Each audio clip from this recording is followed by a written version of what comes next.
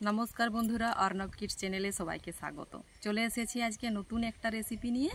আজকে আমাদের এই পুকুর থেকে মাছ ধরা হয়েছে, তাই ভাবলাম আপনাদের সাথে আজকে আমি একটা মাছের রেসিপি শেয়ার করি। চলুন আমার সাথে আপনারা পুরো ভিডিওটা দেখতে থাকুন। দেখুন, আজকে আমি আপনাদের বানিয়ে দেখাবো একটি মাছের রেসিপি।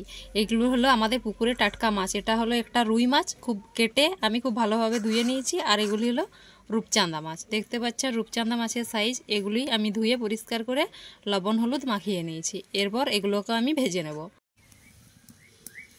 উনুনের মধ্যে কড়াই বসিয়ে দিয়েছি। এরপর মাছ ভাজার জন্য দিয়ে দিচ্ছি সরষের তেল। তেল গরম হয়ে গেছে, কড়াইয়ের মধ্যে আমি দিয়ে দিচ্ছি মাছ।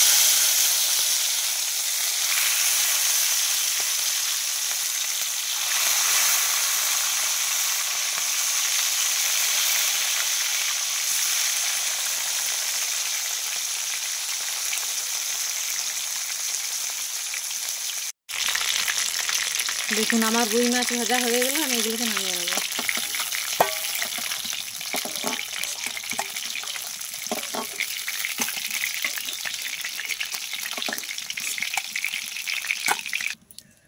এরপরে আমি দিয়ে দেবো রূপচাঁদা মাছ।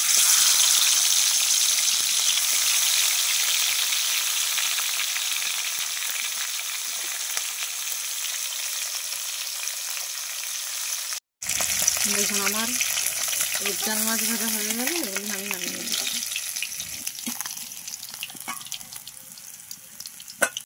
এই তেলেই আমি মাছ রান্না করে নেবো। দিয়ে দিচ্ছি টমেটো।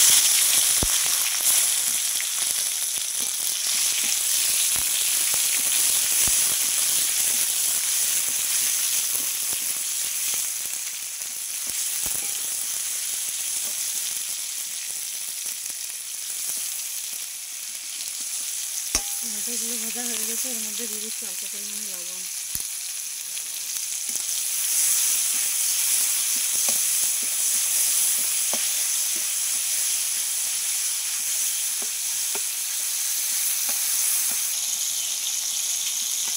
টমেটোগুলো গলে গেছে। এরপর দিয়ে দেবো কেটে রাখা পেঁয়াজ।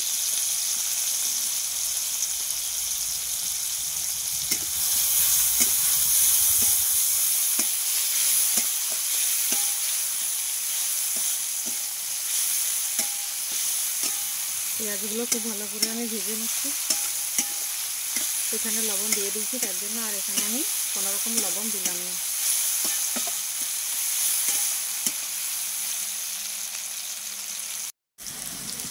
পেঁয়াজ আর টমেটো ভাজা হয়ে গেছে। এর দেবো আদা রসুনের বাটা। আদা রসুন বাটাটা আমি খুব ভালোভাবে ভেজে নেব।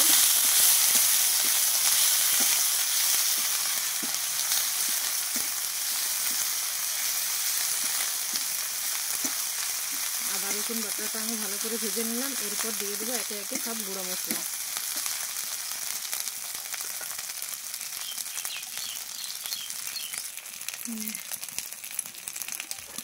দিয়ে দিলাম হলুদের গুঁড়ো, জিরের গুঁড়ো আর লঙ্কার গুঁড়ো। এগুলিকে আমি খুব ভালোভাবে কষিয়ে নেব।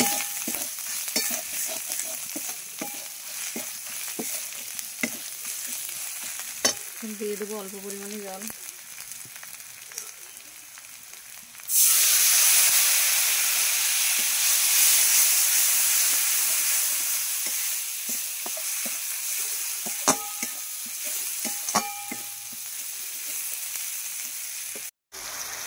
দেখুন, আমি মশলাটি খুব ভালোভাবে কষিয়ে নিলাম।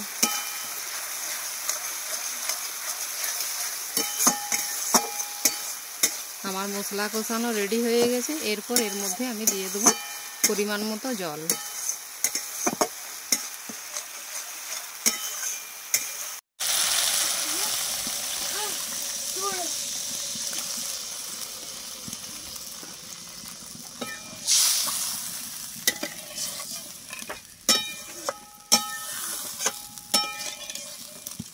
এরপর ঝোল ফোটা পর্যন্ত অপেক্ষা করব।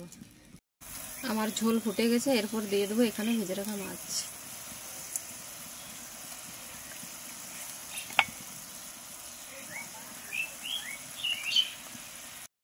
দেখুন আমার মাছের ঝোল রেডি হয়ে গেছে। এরপর এটাকে আমি নামিয়ে নেব।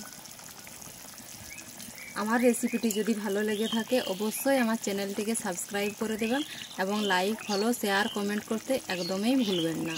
ফিরে আসছি নতুন একটি রেসিপি নিয়ে। ততক্ষণ ভালো থাকুন, সুস্থ থাকুন।